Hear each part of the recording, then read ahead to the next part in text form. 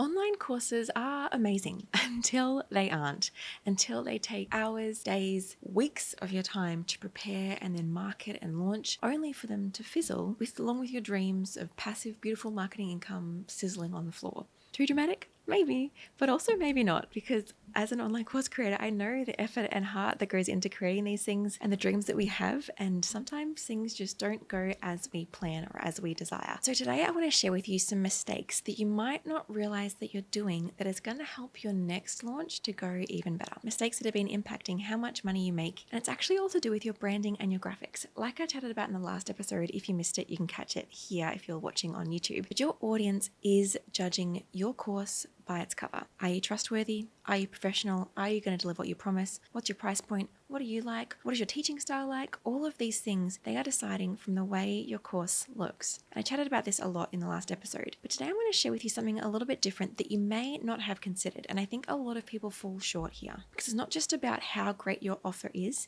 it's actually about how great the experience of your offer is. So today I'm going to share with you 3 mistakes that you might be missing to make sure that your user experience is the best that it can be. And I'll tell you why that's important in just a moment. Before I do, I wanted to let you know to stick around to the end, because I'm going to share with you a cute little app that's going to help you take your user experience to the next level.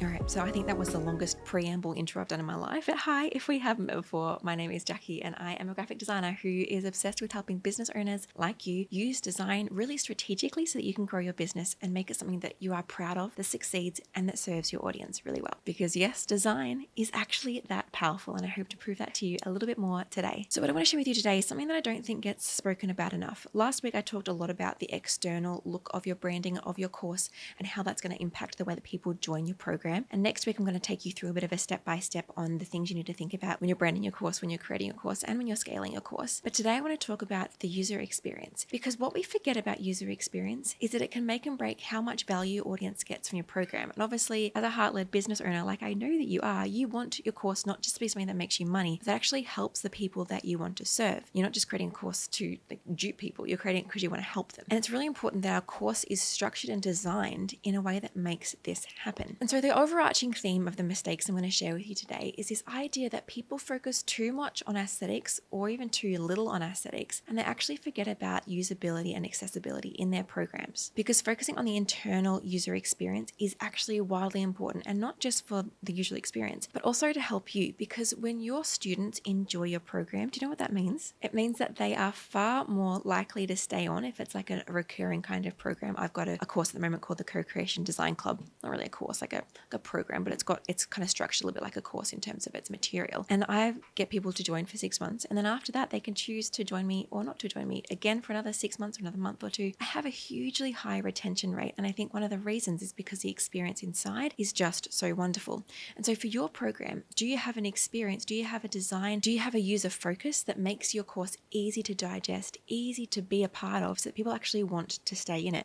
If wanting to stay is not a big issue, and on top of that, whether or not you want people to stay or not, we also need to consider reviews, testimonials. If your program isn't actually good once people get inside, they're not going to share you with their friends. They're not going to give you a glowing testimonial, and it's going to make it a lot harder for you to promote your course ongoing. And a good course is something that you can just promote, whether you're doing live launches or making it evergreen. And so the tips I want to share with you today, design-wise, is going to make your user experience top-notch so that you get ongoing referrals and a higher retention rate for your program, which both of these things mean that you need to promote less and you need to work harder at your promotion and get a higher amount of sales. So our biggest mistake is focusing just on external branding and not focusing on internal branding. So I'm going to share with you 3 things you can consider with your internal branding and the internal design of your program and course. So tip number 1 is the readability of your text.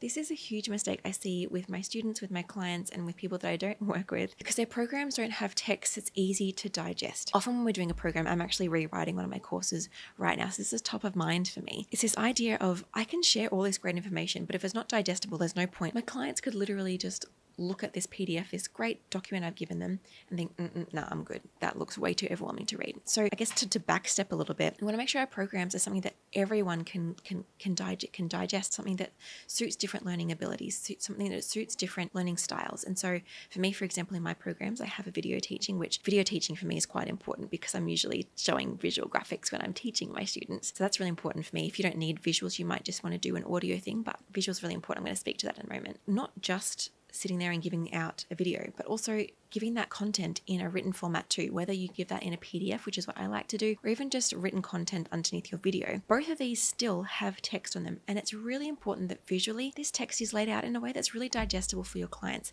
because if they're getting like giant chunks of text, paragraphs and paragraphs of text, they're not going to want to consume that. And they're not going to be able to get the value that you're sharing with them. So when you're considering your text, the first mistake I want you not to make is not considering its readability and its digestibility. So whether you're doing Google Docs, beautifully designed PDFs inside Canva, or just adding text underneath the video in your programs, make sure you have really great hierarchy, which means having text that's larger and smaller and directing people where to read. So this can be as simple as having a really large heading, having smaller subheadings that break up a paragraph of text, and another subheading that breaks up another paragraph of text. Or if you're designing a beautiful PDF, thinking of your headings as well, but also thinking, can I bring in color into this to make it people be able to skip through the page if they need to? Can I play with my text sizing to make things stand out more, making it really obvious what's a heading, what's not a heading? Really, really straightforward things like this that don't seem like wildly incredible make such a huge difference to the way your course is being able to be consumed. And on top of that, the large text versus small text, and also want to make sure that your fonts are readable. Are you choosing fonts that are actually easy to read? Are you choosing fonts that are got a clear color? Don't just put like a light white text on top of a yellow background, because people can't read that. Put dark text on a light background. And just really, really consider the readability of your colors, and also really consider the readability of your fonts, because if you're using really beautiful but cursive fonts, people can't read them. If you've got really giant paragraphs but it's all written in caps, people can't read that very easily. So think through, is this super, super easy to read? Sometimes we have to ditch a little bit of the beauty to make sure that it's easy to read. But on that, do consider the beautifulness of your designs and your graphics, because people are more likely to want to open a beautiful PDF than they are a boring document, unless the content is just like blowing their minds. So consider, can I add a bit of beauty into this to make it exciting for people to look at? Tangent that wasn't really going to be one of my points as well is, because I think I mentioned it a little bit last episode, but it's this idea that you want to have a whole customer journey from when they first see your Instagram post to when they go to your sales page to when they purchase to when they're consuming your content. All of these designs should feel really cohesive. They should feel like it's a fun journey to be on. It should all be telling the same story. So consider this as well with your internal graphics. And finally, for the readability point, I want you just to consider, can I break this text up at all? Does it have to be a huge long paragraph, or can I shorten this? Can I write this in a way that's a little bit more easier to read, is more of a summary than just giving absolutely every piece of information in the world, unless you're writing more of a textbook style document? Because I don't know about you, but when I see a lump of text, my first instinct is to keep on scrolling, or just do the next page, or just to totally just switch off. Think about how your audience might be wanting to get the information and make it palatable for them. The next thing to consider is, can you make your documents interactable? So by interactable, I mean, can they interact with them? Can they type into the document? Can they answer questions? Can they click on things?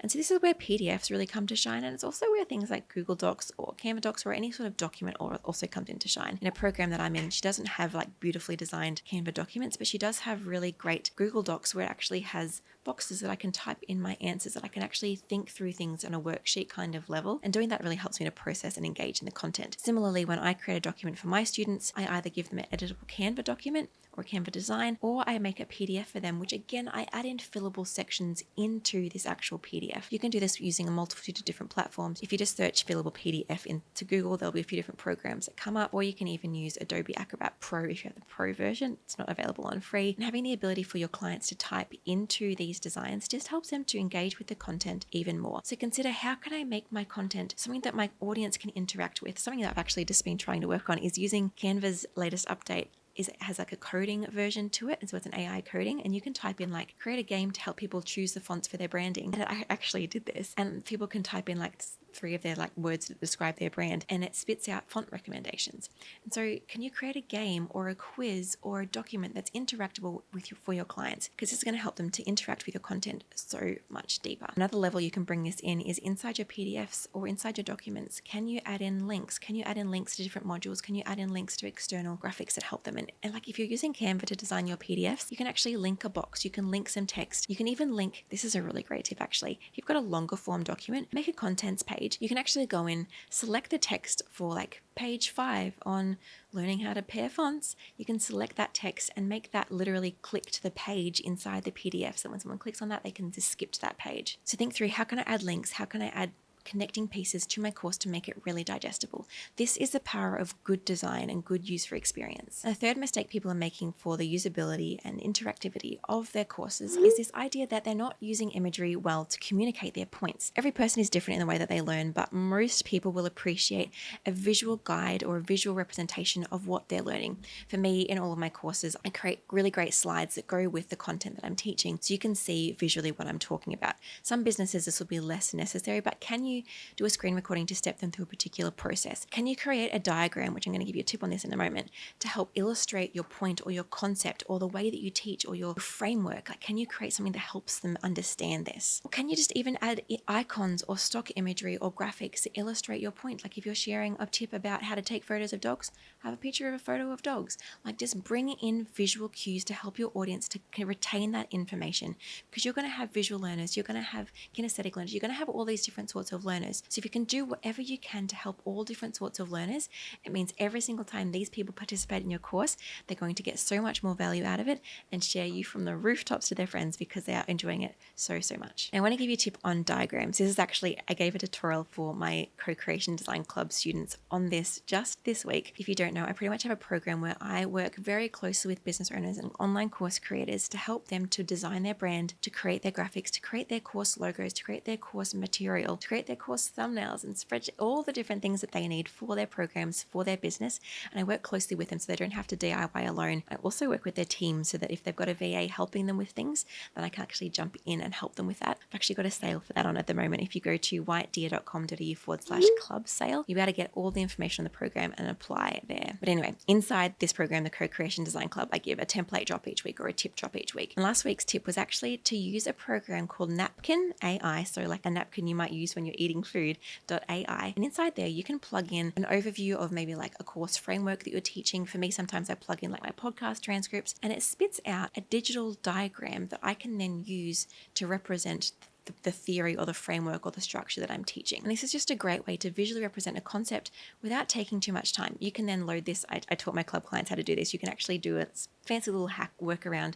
You can load that into Canva and change the colors of things, change the fonts of things without having to upgrade to the pro version of Napkin AI. So there's lots of things you can work on in order to make your course feel more digestible, more easy to understand, and help your audience to get the most out of it and become raving fans of your program. And so now that you know what not to do, particularly with the client user experience, I want to now step you through what are the steps you need to do if you want to brand your course start to finish in a way that's going to make sure that your audience notices you in the feed when you're actually promoting your course, is interested in what you're promoting, make sure that what you're promoting actually makes sense and connects with them, make sure that they see the value in your program, and then go on to purchase from you and enjoy the experience of working with you. I'm going to chat about all that and more in our next episode, so make sure you stay tuned for that. And in the meantime, let me know in the comments, if you're listening to this on YouTube, what your course is or what course you would love to create, because I'd love to see what different listeners we have here and what kind of courses you are working on. So thanks for joining me today. And remember, if you are looking for support with creating your brand, with creating your course,